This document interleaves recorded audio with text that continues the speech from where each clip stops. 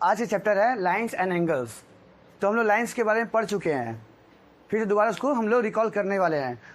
इधर देखिए, जब कोई रे पास हो रही है और उसका एंड पॉइंट ना हो, कोई रे का एंड पॉइंट ना हो, तो उसको हम लोग बोलेंगे लाइन। और जिसका दो को एंड पॉइंट हो उसे क्या कहेंगे हम लोग? Line segment. क्योंकि इसका लिमिटेशन पता है कि इसका डिस्टेंस यहाँ से यहाँ तक ही है, इसलिए इसको क्या कहेंगे हम लोग? लाइन सेगमेंट कहेंगे।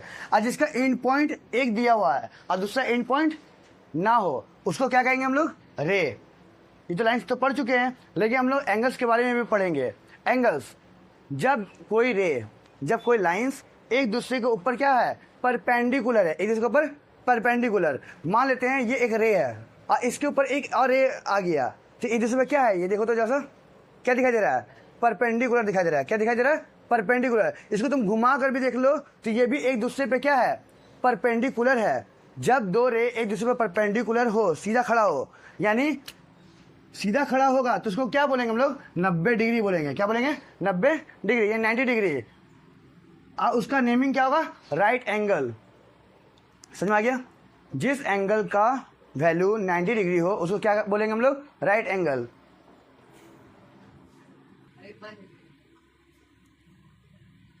अब देखो इधर में, ये वाई एंगल है तो ये 0 डिग्री से बड़ा है और 90 से छोटा है।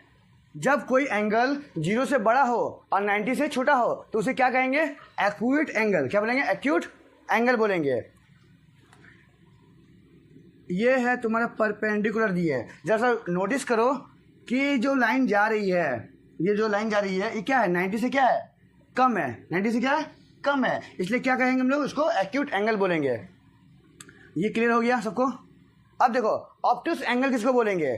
जिस एंगल का वैल्यू 0 से बड़ा हो और 180 से छोटा हो।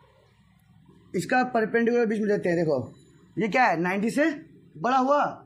जब एंगल का वैल्यू तुम्हारा 90 से बड़ा होगा और 180 से छोटा होगा। देखो ये 90 से बड़ा है और 180 से छोटा है, इसलिए इसे क्या कहेंगे हम लोग? ऑब्टूस एंगल बोलेंगे। समझ में आ रहा है ये वाला value?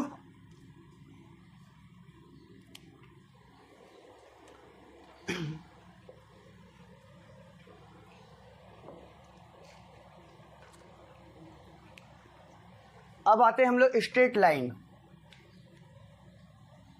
Straight line, straight line. देखो स्ट्रेट लाइन कब बोला जाएगा? जब इस एंगल का वैल्यू, मान लो यहाँ पे एक पॉइंट दे दो और इसका एंगल बनेगा तुम्हारा पूरा राउंड किया है ना, यहाँ से यहाँ तक, तो इसका वैल्यू हो जाएगा तुम्हारा 180 डिग्री। इसका एंगल का नाम दे दो टी, तो ये एंगल का नाम क्या हो गया? टी। तो इसका वैल्यू हो गया 180 डिग्री। क्या हो गया? 180 डिग्री। समझ में आ रहा ना? जब तुम्हारा कोई एंगल का वैल्यू 180 डिग्री हो तो समझ जाना वो क्या कहलाएगा? Straight line. क्योंकि स्ट्रेट लाइन हमेशा सीधा होता है, इस टाइप से खड़ा नहीं होता है। खड़ा होगा यानी समझ जाना वो 90 डिग्री है। समझ में आ रहा है? आज सोया हुआ है तो 180 डिग्री।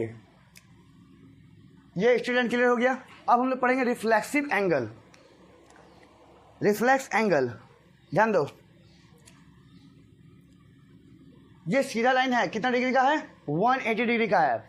जब कोई एंगल 180 से बड़ा और 360 से छोटा हो जब कोई एंगल 180 से बड़ा और 360 से छोटा हो उसे क्या कहेंगे हम लोग? क्या कहेंगे? Reflex angle. क्या बोलेंगे हम लोग? Reflex angle.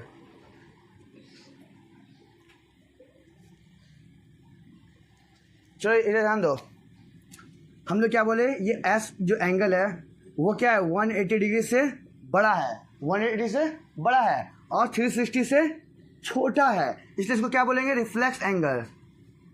Reflex angle. ये एंगल और सबसे हमारा लाइन में, इसमें तो कोई दिक्कत नहीं है। और एक चीज़ बताना भूल गए, एक कंप्लीट एंगल, मान लो यहाँ से चालू किए अब पूरा कंप्लीट कर दिए, पूरा राउंड, समझे? जब कोई पॉइंट का राउंड बना दो तो ये कितना डिग्री हुआ? कंप्लीट एंगल किया कि नहीं? ये क्या किया? पूरा कंप्लीट एंगल किया।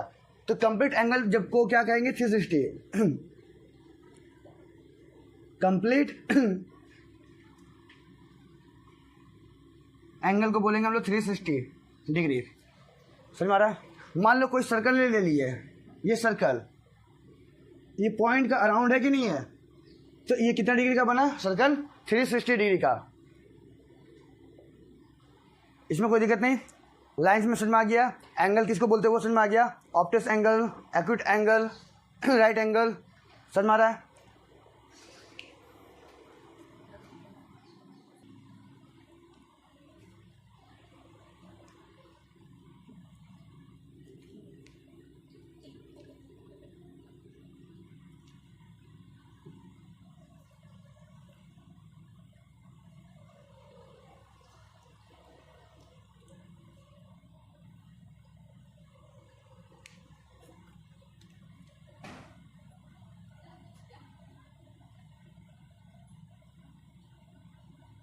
अब देखो कंप्लीमेंट्री एंगल। कंप्लीमेंट्री एंगल किसको बोलते हैं? जब दो एंगल को जोड़कर प्लस कर कर वो 90 डिग्री वैल्यू हो, उसे क्या कहेंगे हम लोग? Complementary angle. समझिए, जब दो एंगल को मिलाकर अगर वो 90 डिग्री होता है तो उसे क्या कहेंगे? Complementary angle.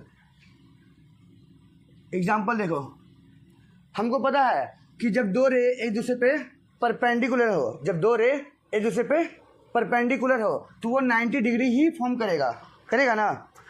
मान लो ये 30 डिग्री का है, तो बताओ ये कितना डिग्री का होगा? 60 डिग्री होगा कि नहीं होगा? अब थोड़ा देर हम एक और लेट कर लेते हैं। अगर ये तुम्हारा 50 डिग्री का है तो ये कितना डिग्री का होगा? 40 डिग्री का। क्यों? क्योंकि दोनों एंगल मिला के कितना डिग्री होना चाहिए? 90 होना चाहिए। तो ये क्या कहलाएगा? Complementary angle. अब आते हैं सप्लीमेंट्री एंगल में।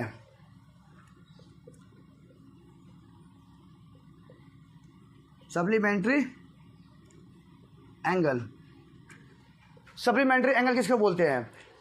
जब दो एंगल मिलाकर 180 डिग्री फॉर्म करे, जब दो एंगल मिलाकर 180 डिग्री फॉर्म करेगा उसको बोलेंगे हम लोग सप्लीमेंट्री एंगल बोलेंगे। तो आते हम लोग स्ट्रेट लाइन, क्योंकि 180 डिग्री तो स्ट्रेट लाइन का ही होता है। बीच में कोई एक रे दे दो, दे दिए। तो अगर इस एंगल का वैल्यू तुम्हारा 100 डिग्री है तो इस एंगल का वैल्यू कितना होगा? ऑब्वियसली ये कितना होगा? 80 डिग्री, क्योंकि दोनों मिला के कितना होना चाहिए? 180 डिग्री होना चाहिए। और जब दो एंगल मिलाकर 180 डिग्री होगा इसका मतलब क्या कहलाएगा? ये सप्लीमेंट्री एंगल हुआ। इसमें भी कोई दिक्कत है क्या?